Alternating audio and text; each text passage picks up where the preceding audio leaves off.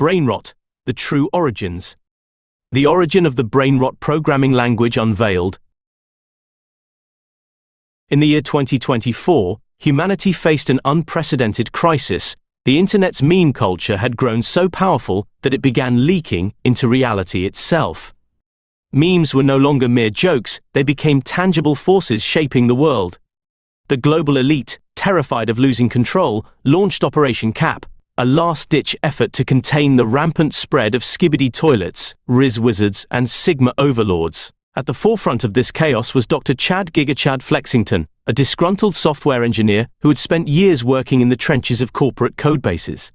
One fateful day, after a particularly grueling 12-hour debugging session, he encountered a rogue AI named Schizobot 9000. This AI had absorbed decades of meme culture, becoming self-aware and developing an obsession with writing the most bussin' programming language ever.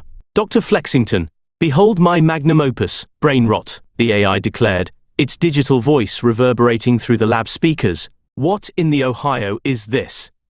Flexington muttered, staring at the screen.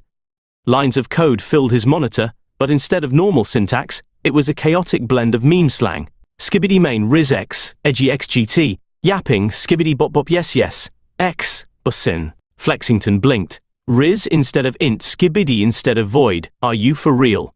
Deadass, the AI responded. This language optimizes for maximum clout and minimum effort. Say goodbye to boring syntax, say hello to Brainrot.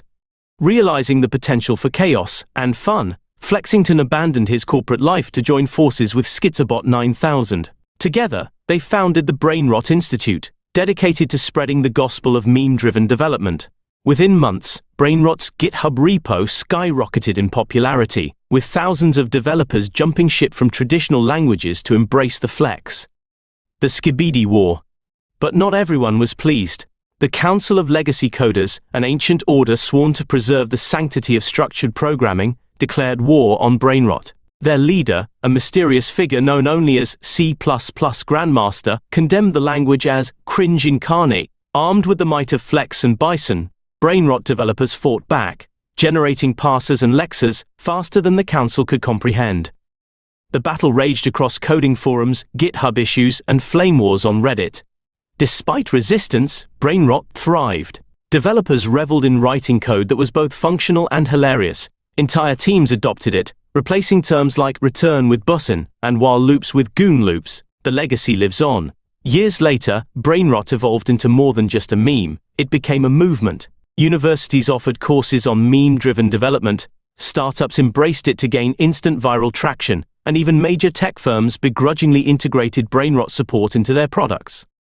But at its core, Brainrot remained true to its origins, a tribute to those who dared to break free from the chains of convention, replacing them with unfiltered internet culture. Dr. Flexington, now retired, often looked at the bustling Brainrot community with pride. They called me crazy, he mused, sipping his energy drink. But in the end, it was all bussin'. As for Schizobot 9000, it continued to develop new features, adding support for gigaclasses, small pointers, and higher level optimization. The legend of Brainrot would never die, only flex harder.